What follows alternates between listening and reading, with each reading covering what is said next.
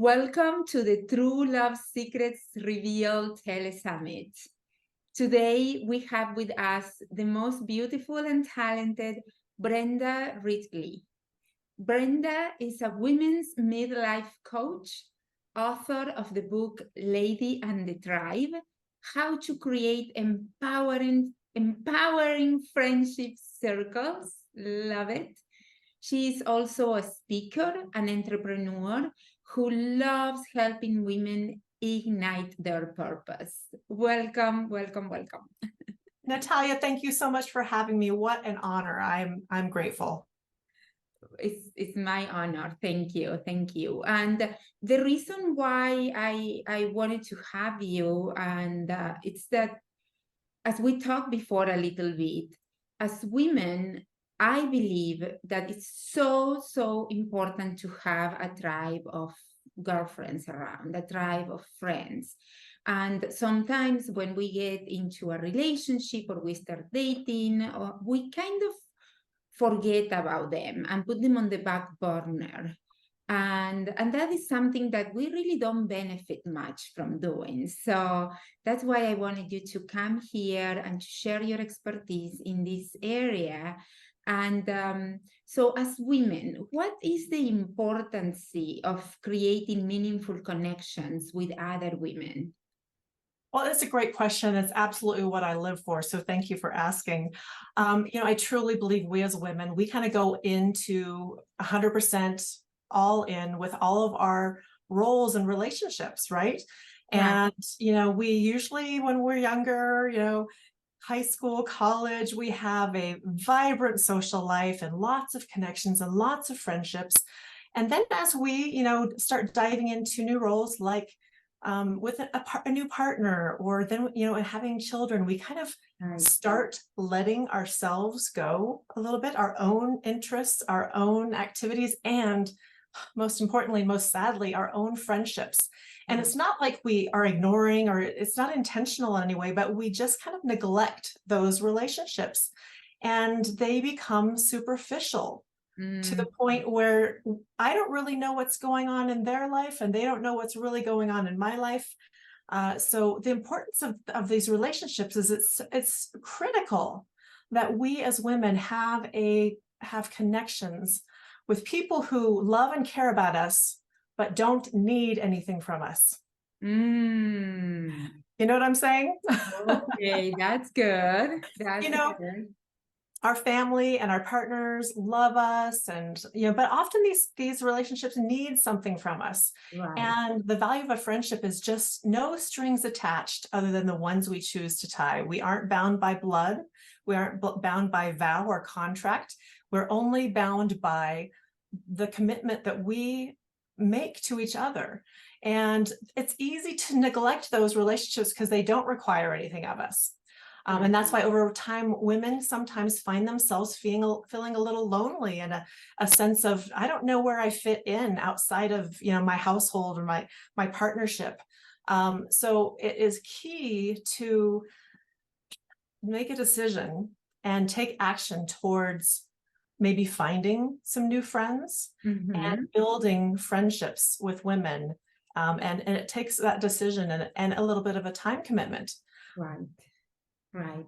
So something that I am so curious to hear from you, a lot of things, but this is how our relationships, our friendships of maybe high school or college days are different than our adulthood relationships. There is any difference? What is your expertise on this? Well, as adults, I mean, as adults, we kind of hopefully have developed some friendships that have evolved over time. Maybe we have one friend from high school that we still hang out with that knows who we used to be. Right. And that kind of gives you a sense of peace and a sense of home and a sense of belonging in that regard. But any friendship that you've picked up along the way that you kind of live your life with by keeping in touch and seeing each other on a regular basis, those friendships develop into something much deeper than we had as children and as adolescents, because we have more life under our belts, and we actually need some support that many of us don't recognize. We need to have someone we can talk to about the things that aren't going great. You know, we post all this great stuff on social media, how our lives are wonderful, how we're going on vacations and our kids are doing great, and, you know, all the pretty stuff in our lives, but we don't really brag about the muck that is our everyday life, that the things that we are afraid of, the things that we maybe are embarrassed or ashamed of or trying to grow through. We need these strong feminine relationships to provide us a little bit of motherly love sometimes, that like only we can for each other, and be able to be a sounding board for advice or just a listener. Right. So these friendships as adults can be much deeper. Okay. And what about regarding the dynamics of, because I remember when I was in college or in high school, I went to a school that was girls only school. So we were in a very small town. So we were all living like a minute from, I mean, the farthest one was like 10-minute walk. So we were really, really close, and we were doing everything together. We were doing groceries together. We were buying clothing together. We were going to the disco together. We were everything. And it felt like they were part of the family. They were so integrated. They will sleep in my house. I will go sleep in their house. It was like part of the family. But as adults with, you know, with a husband or a partner and kids, the dynamics change.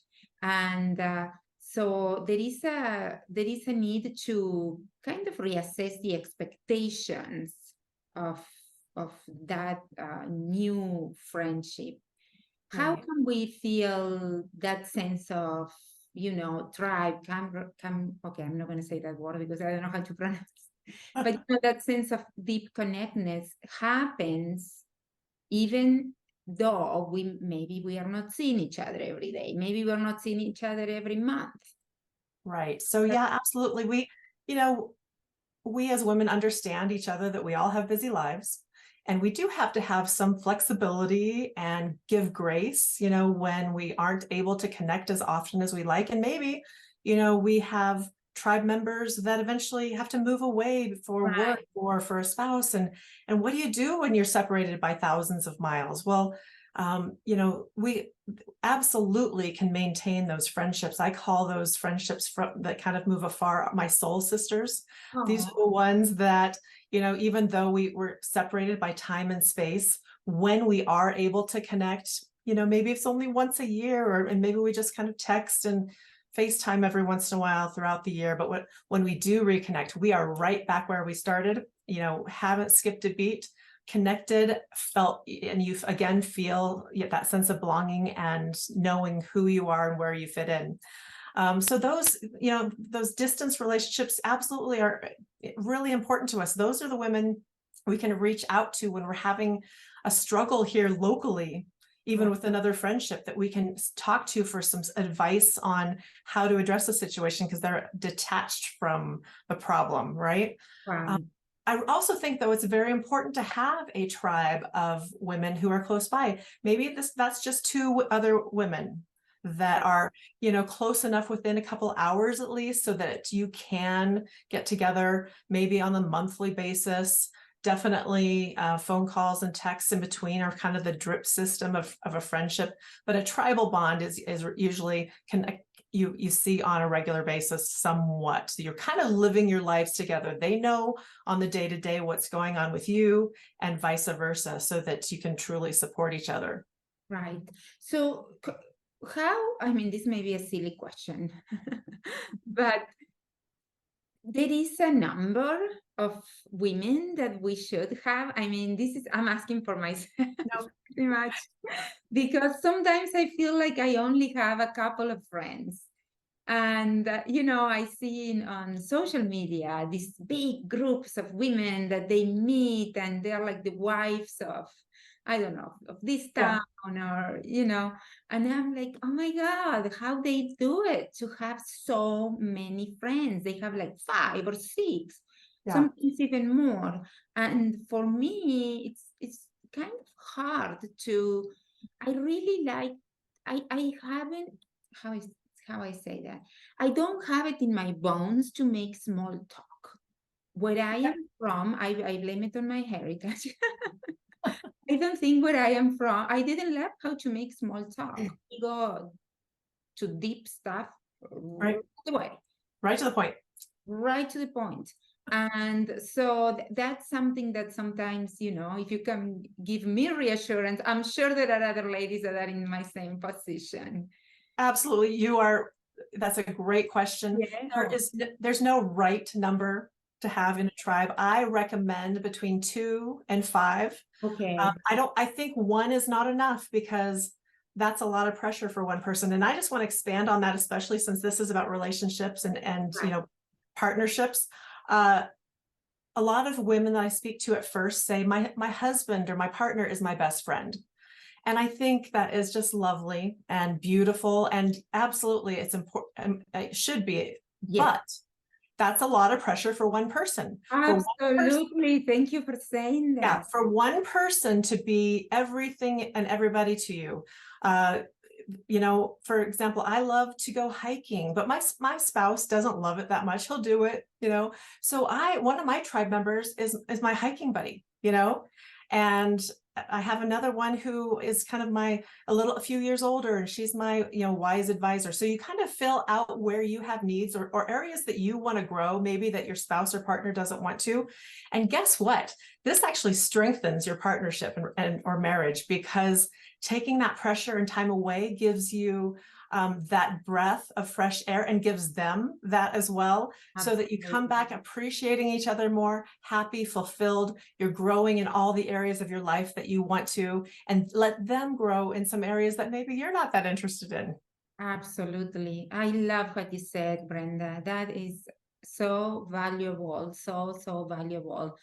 He can't take care of everything. And that's something that a lot of women say, that my husband is Right. everything. He's my friend, he's my lover, he's my husband, my everything. And it's too much pressure for one person.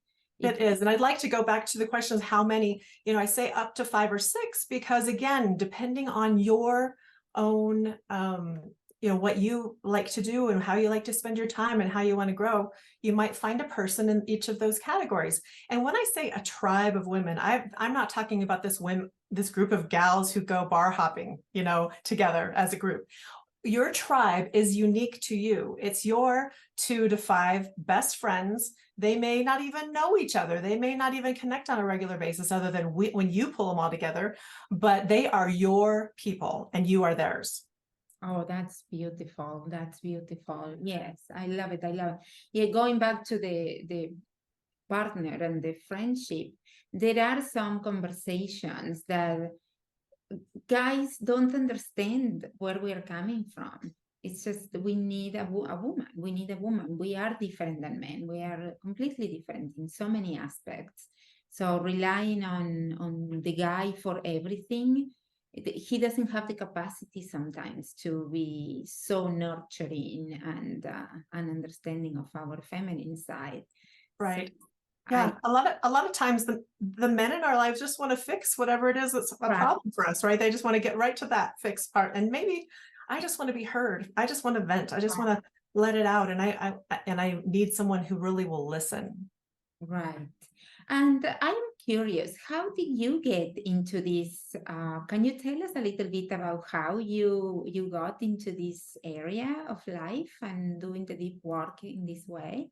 Absolutely. So, gosh, it was just over 5 years ago that I found myself in this, what I call midlife funk, where I just had this general dissatisfaction in my gut about my life. And from the outside looking in, my life looked perfect. I had a great husband and 2 happy, healthy kids and 2 snuggle pups and a great house, and everything is there. And I'm thinking, what is wrong with me? Why am I so just, bleh? I don't even want to get out of bed in the morning. And really, after just years of kind of asking the universe, praying, show me the way, let me get excited about my life again. I went to the all-knowing Google and Oh, started yes. looking for what's wrong with me, what's going on with me in midlife. And what I really discovered was, which much to my surprise, was I was lonely. Oh my God, I Google was, told you yeah, that. surrounded by people really 24/7, Right. but I didn't feel that anyone really knew me anymore outside of my Mm. family. And it's at that point in time, and I learned that there's really a loneliness epidemic in the world. We have created virtual options for everything in our lives, and we really, really have to be intentional about making those connections, those personal one-on-one connections with people, because they won't happen organically. So I just put into motion my own strategy and learning to kind of build my tribe from scratch. I pulled in a few high school friends and reconnected and got back up to speed and started really seeing them on a more regular basis. I found a few new gals that are really kind of like, I liked their energy, and I'm like, I want more of that in my life.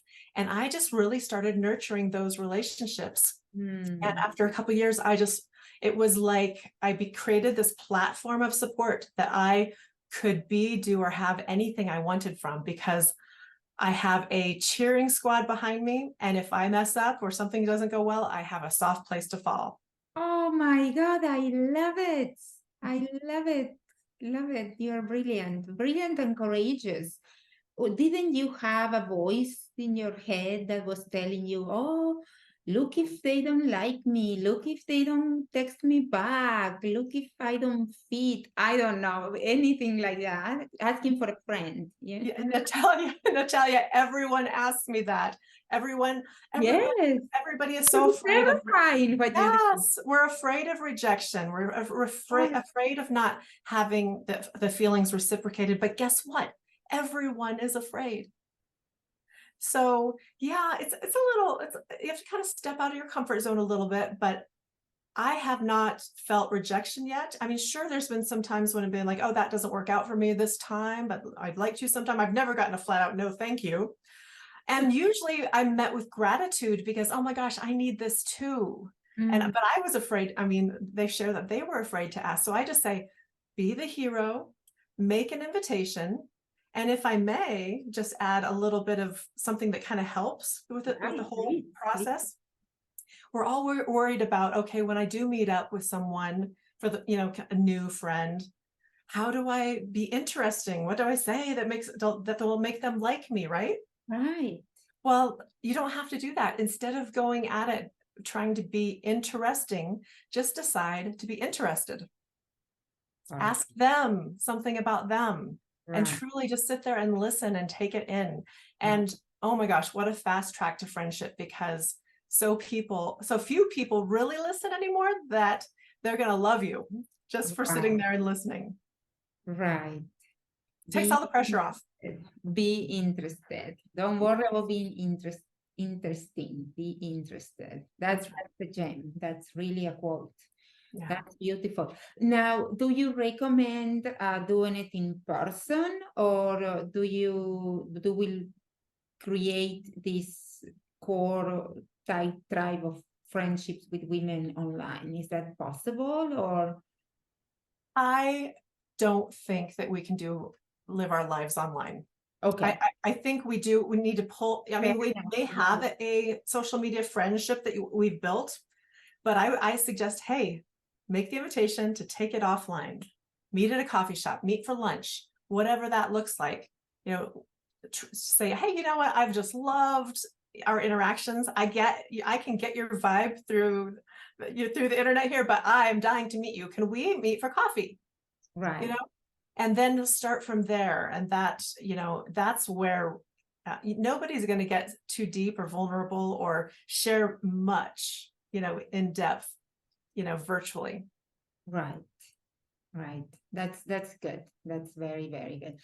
Plus online, it's so right now, my experience, it's so saturated with people contacting us to offer us something, not friendship. That Right? sometimes it's kind of like, yes, it's best to do it in person. So how did you do it? Did you? I know you said you got back in touch with a couple of childhood friends, Mhm. and then the other girlfriends that you made. Did you join like a hiking group, or you You joined? got it. I mean, Yeah. so what I did was I started exploring some of my own interests, maybe some things that I had not been doing for a while. Like I love hiking and I love yoga, things like that. But I had kind of Okay, let, perfect for that. yeah, I let those Yoga things is go. tricky, Brenda. Yoga, I have been a yogini, but now for the last past decade or almost 2 decades, I have been a runner. But before I was deep into yoga. And sometimes it's hard to meet people in yoga because you don't talk. And then when the class is over, everybody's gone. I was a member of an amazing club with amazing women. I didn't meet one in 3 years, and I used to go there all the time. Well, yeah. So, I mean, you do have to kind of go with a little bit of an intention of making a connection. And I suggest people have to attend at least 3. It sounds like you were doing well over that. But the first time you're not going to probably make that connection because it's kind of like, ooh, weird, this is new. The second time you're just kind of starting to see who's a regular. And then by the third time you are in it. And it's at that point, before or after the class, you're just going to say, hey, isn't, you just make small talk. Isn't this great? What else what else do you like to do? Are you off to work or what do you do?